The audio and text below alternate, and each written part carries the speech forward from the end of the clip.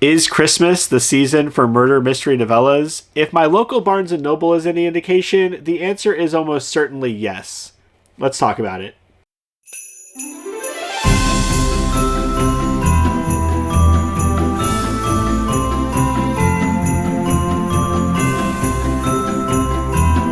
I recently visited my local Barnes & Noble, as I do most months, and I was there to buy one book. Well, to buy one book and then to pre-order Wind and Truth. But anyway, we did find the book I was looking for, which is Everyone This Christmas Has a Secret by Benjamin Stevenson. This is the third in the series that started with Everyone in My Family Has Killed Someone, and then we had Everyone on This Train is a Suspect.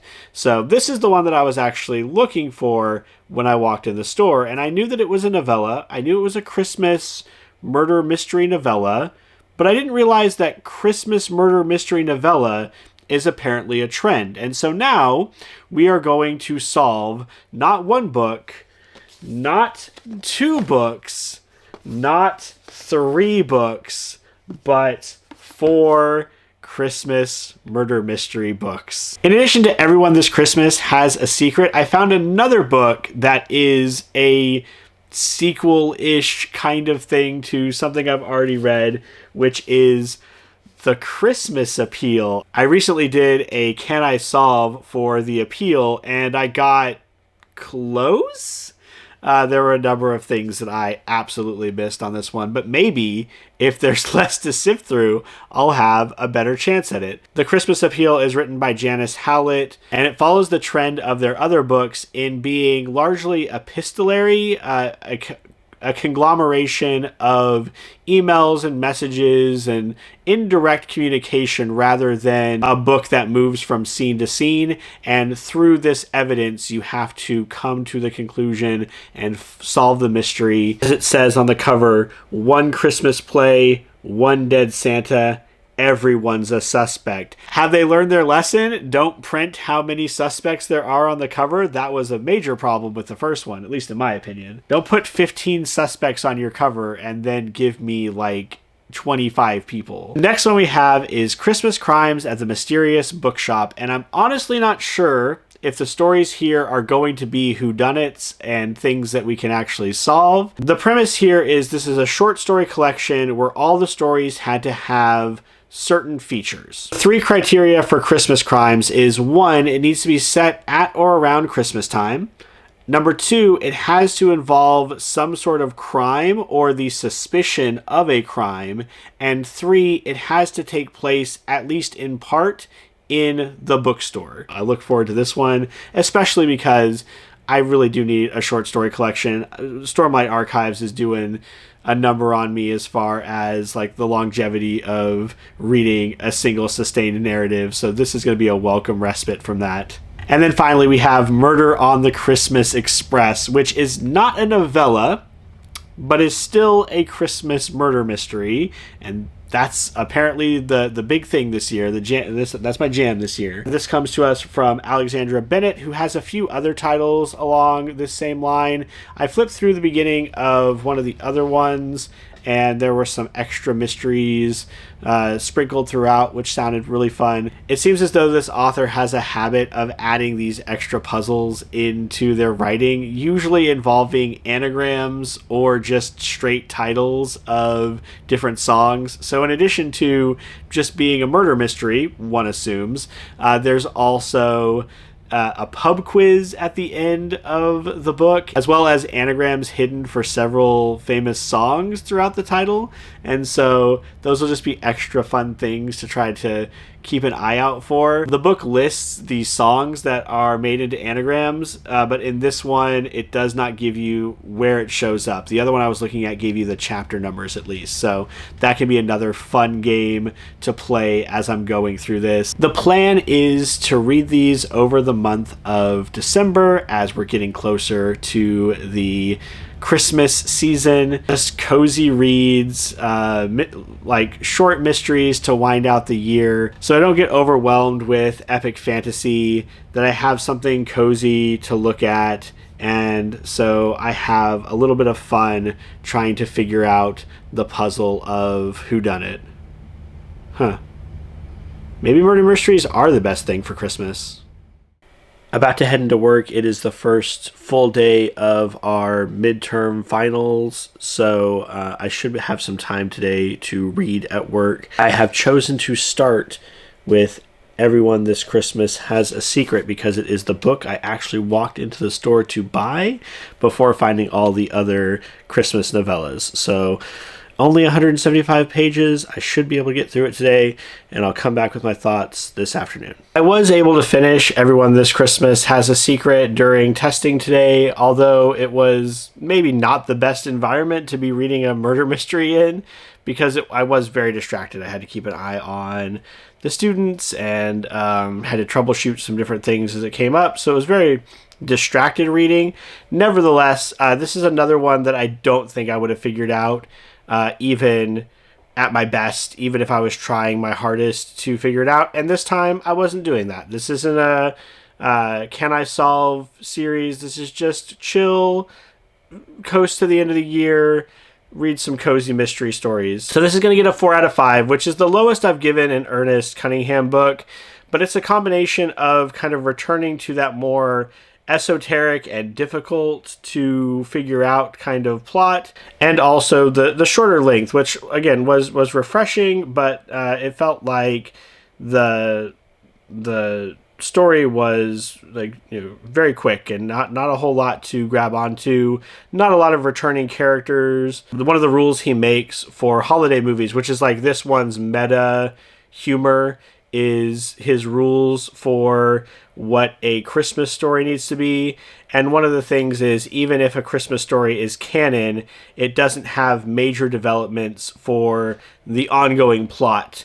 And it might have some returning characters, but they're in like cameo roles. And it did stick to that. So it does feel like that kind of Christmas special, like one-off, like, yeah, it's cute, yeah, it's fun, but does it really drive the series forward? Does it really do anything to develop the characters? Not really. So that's why it wound up as a 4 out of 5. Still a great read, still a lot of fun. It was a solid 4. The Christmas gimmick was a fun one, much like the word count here, the page count, a lighter, kind of fluffier meta story. I absolutely loved that one of the rules is you have to find out the true meaning of Christmas.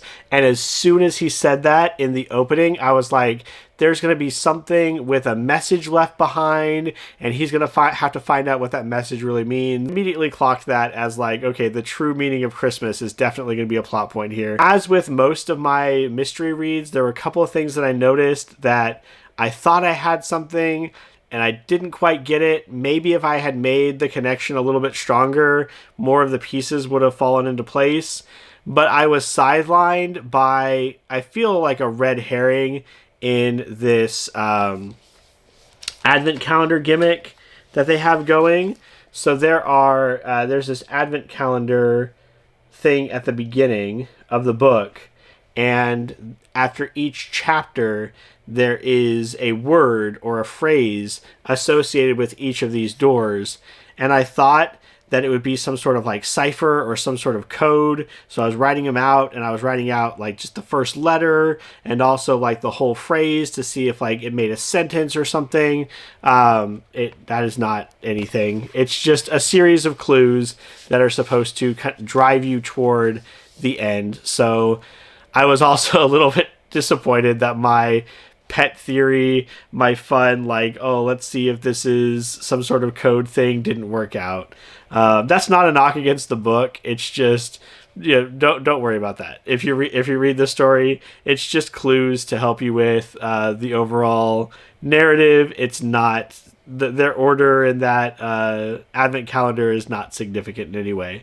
So it was a lot of fun to read. 4 out of 5 stars. I love this series. It continues to be one of my favorite mystery series. Well, probably my favorite mystery series, although it might be rivaled, because I think that How to Solve Your Own Murder is going to end up being a book series. And if that's the case, that might dethrone this as my favorite book series, my favorite mystery book series. But still a great entry, still a lot of fun.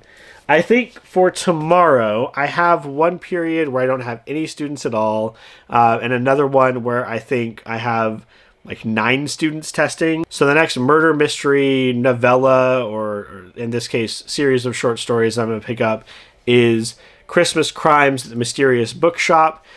In part because it is technically the longest book that I have picked up for this vlog at just over 300 pages, but also it occurs to me that I don't think I've read very many short story collections this year. I think that I read Out There Screaming this year, and that might be it. So I'd really like to get another short story collection under my belt before the end of the year. There are 12 stories in this one and an introduction, and so I'm hoping to get maybe halfway through by the end of the day tomorrow and then finish it up on Friday. That should put me on target to finish up the other 2 over the weekend and have this video out in time for Christmas, which is my goal. So this is what I will be picking up tomorrow, and I will be back after I've read this with my thoughts on the short story collection.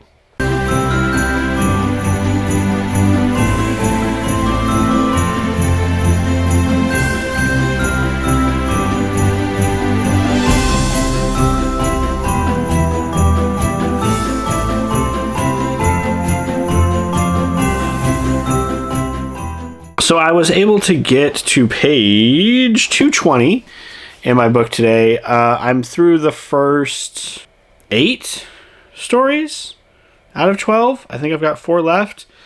Each one's about 25 pages. They're easy reads.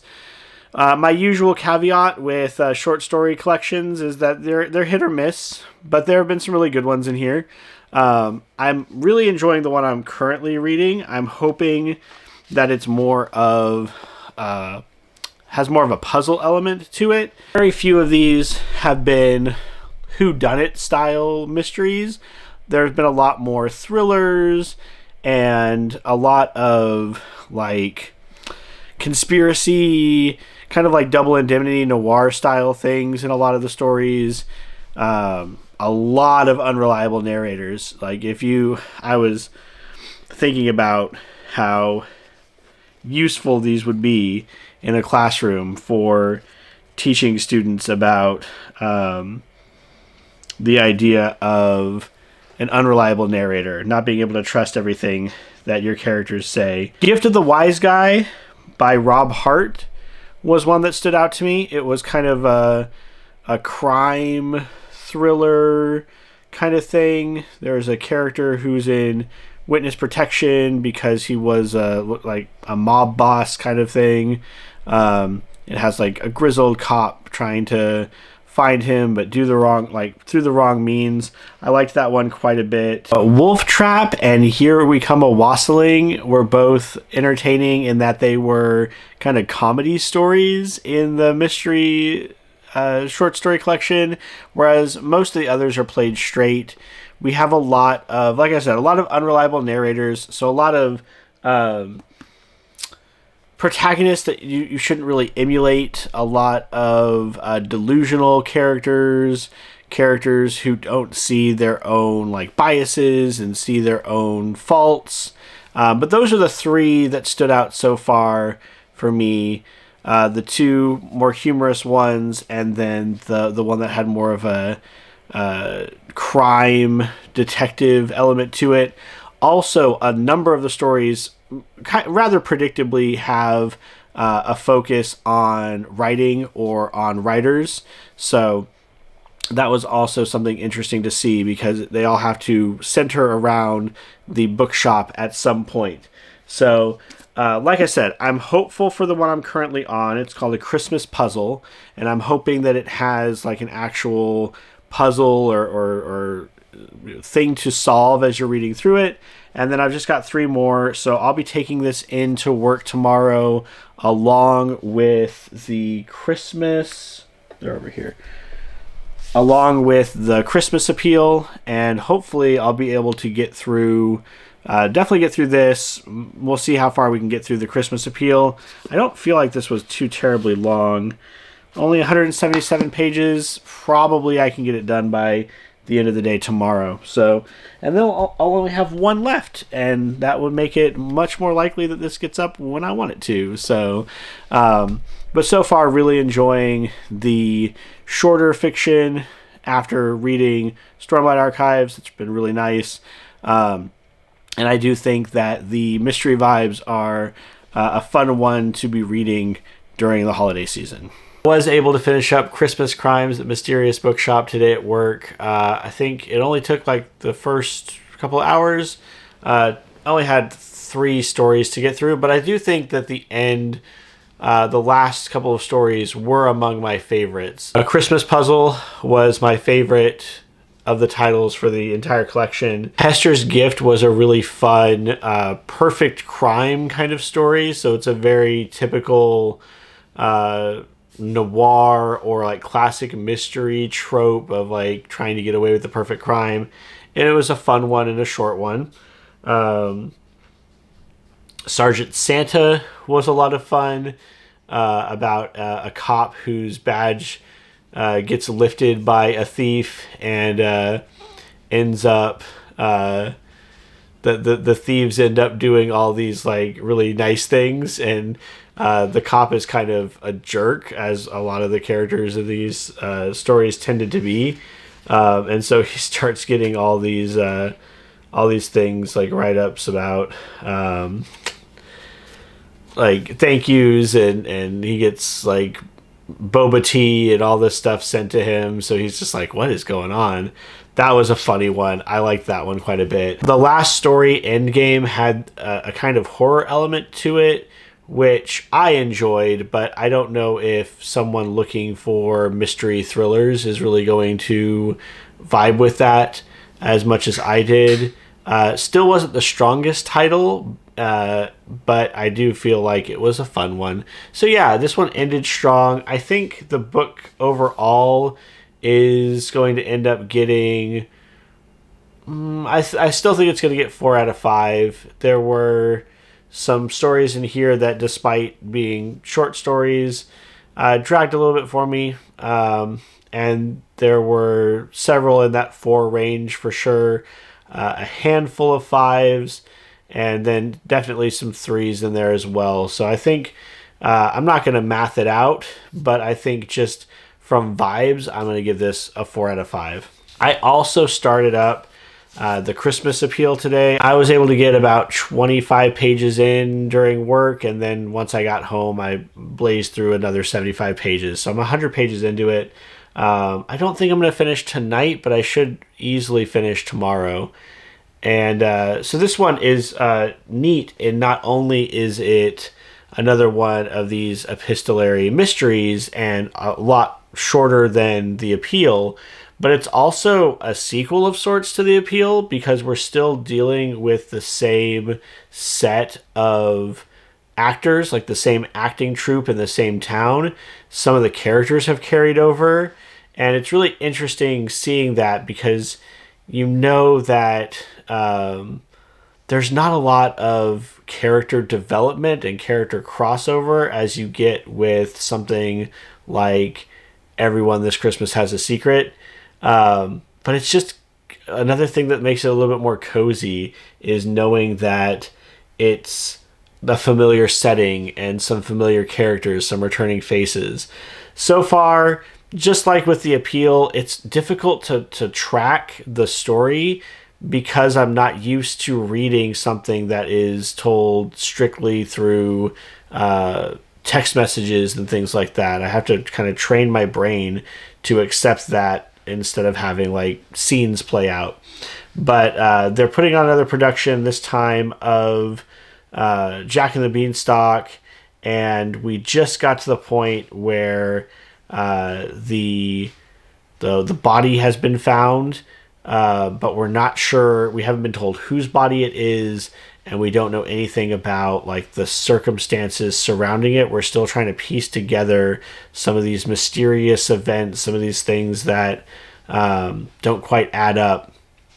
So I'm walking through this one, not trying to solve it like I did in my video for the appeal. I just want to read a nice mystery story. Just enjoy the ride. I should have this one done by tomorrow. Speaking of which, I was peer pressured, some would say bullied, into picking up yet another Christmas murder mystery novella at the store today. So this is The Christmas Guest. It is less than 100 pages. I should be able to get through it, no problem, in short order. But we are coming up on my deadline for when I want this to post this video. So I've got Murder on the Christmas Express, which is about 250 pages. It's the longest one. And then The Christmas Guest to get through once I finish The Christmas Appeal. So we shall see.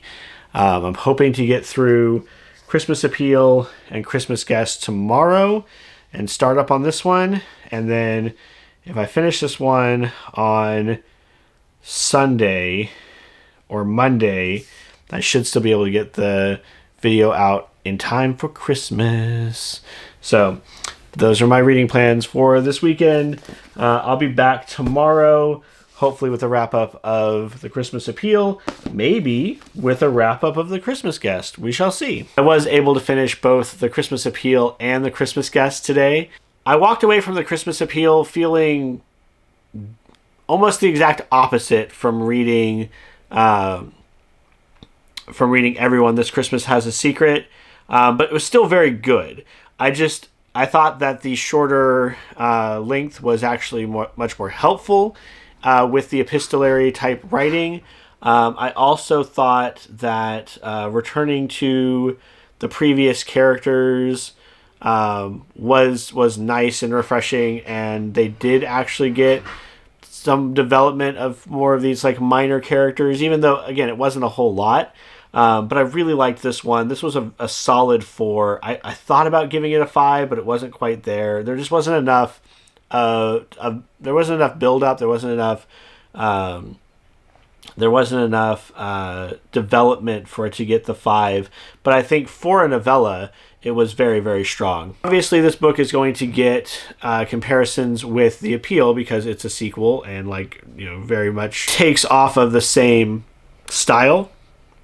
However, I didn't really feel like this one was as easy to figure out as The Appeal. Since there was no point in this book where it stopped and said, okay, here are the questions you need to answer, I wasn't even sure, what I was supposed to be looking at.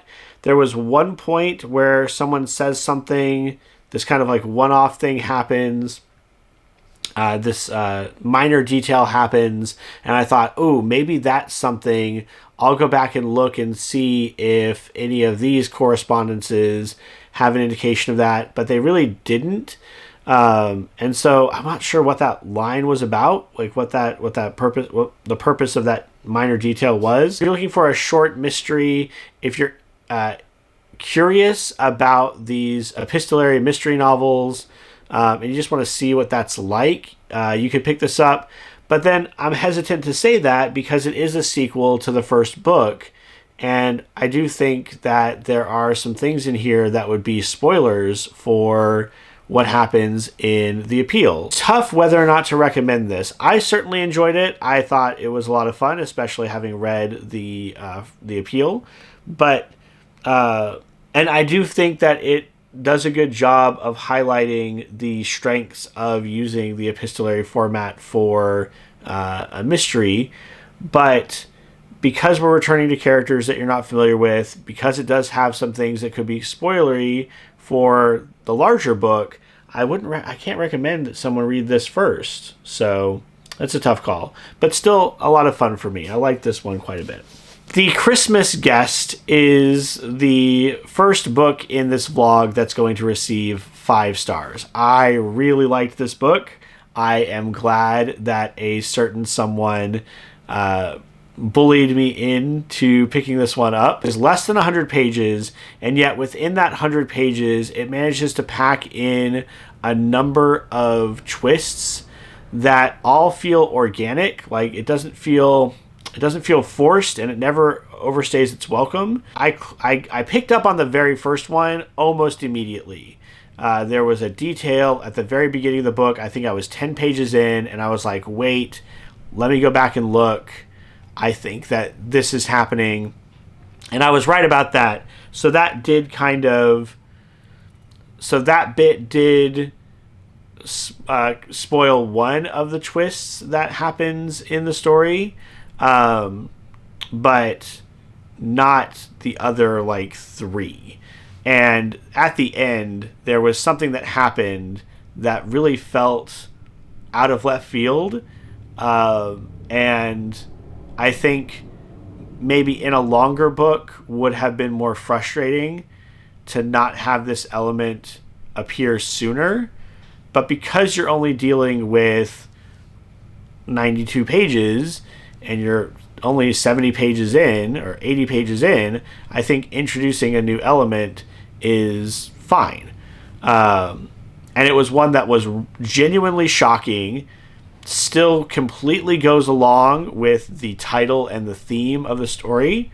And I really enjoyed it. It was something that I thought it was really memorable, and is going to stand out to me as like a really great plot twist in a book. It's about 2 girls. One is effectively an orphan, and the other is well off, and the richer girl invites the orphan girl to her house for Christmas. And while they're there are all these rumors of a like a killer on the loose, or someone who is assaulting people in the woods near their house. So they have to be careful with how they travel around the town and to stick with each other and stay safe. There's some potential romance between a few of the characters, and at least for part 1, our perspective character is constantly asking, like, is she in a Christmas rom-com, or is she in a murder mystery, which is not as fourth wall breaking as it sounds. It was actually kind of a cute thing because she's keeping a diary. It's told in 2 clear parts. So the first part is a diary. Second part is I don't think expressly an in-universe diary, but it is like another character's perspectives on the same events. So it was cool seeing that that dichotomy, that juxtaposition of how they looked at things. Really good book. It was a lot of fun. I liked it a lot. 5 stars, excellent read. So that just leaves Murder on the Christmas Express, which I'm hoping to start up tonight. Hopefully, like I said before, if I can get this done by the end of the day Monday, I should have enough time to finish up editing the video, get this out for Christmas. Really excited. But yeah, that's going to be it for today. 2 books in one day. Feeling pretty good. 1 more left to go, and then we're done with the Christmas novellas. All right. It is now literally Christmas, if I'm not mistaken. It's Christmas Eve, but it's the late into the night. So I need to get this wrapped up before Santa arrives. It's also storming outside, so don't mind the rain noise and the lightning. So let me talk about Murder on the Christmas Express. This one was, I feel, both the most straightforward kind of murder mystery type story, like what I imagine a whodunit is normally set up like, and also the one that I feel like is most deserving of some content warnings, because sexual assault plays a key role in both the main character's backstory and also in the case itself. So despite its somewhat cheery title, like Murder on the Christmas Express kind of rides that line between like, oh, is it going to be kind of cute and fun, or is it going to be dark? And the intro with all the pub quizzes and anagrams that the author has hidden throughout the story seems to suggest a more playful, light, and fluffy story, but it is not. So just a fair warning, anyone who's picking this up, that it does is well deserving of some content warnings for that kind of thing. As for the story itself, I think this is another one that's going to land in the 4-star range.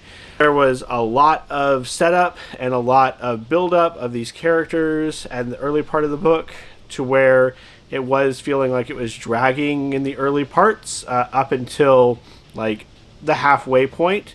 At that point, murders start happening and things get a little bit more exciting, but there's not a lot on the back end. Like once the murders occur, there's a couple of quick investigations of the crime scenes, and then there is the reveals. Kind of trundles for a bit, and then you get to the exciting bits of the book, and it very quickly has a resolution.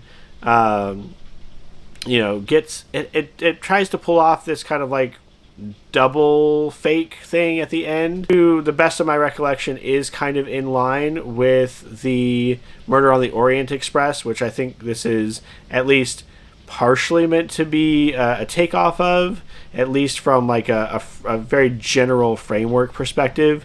They don't really do a lot with the second reveal, and so it wasn't as satisfying as some of the other stories have been.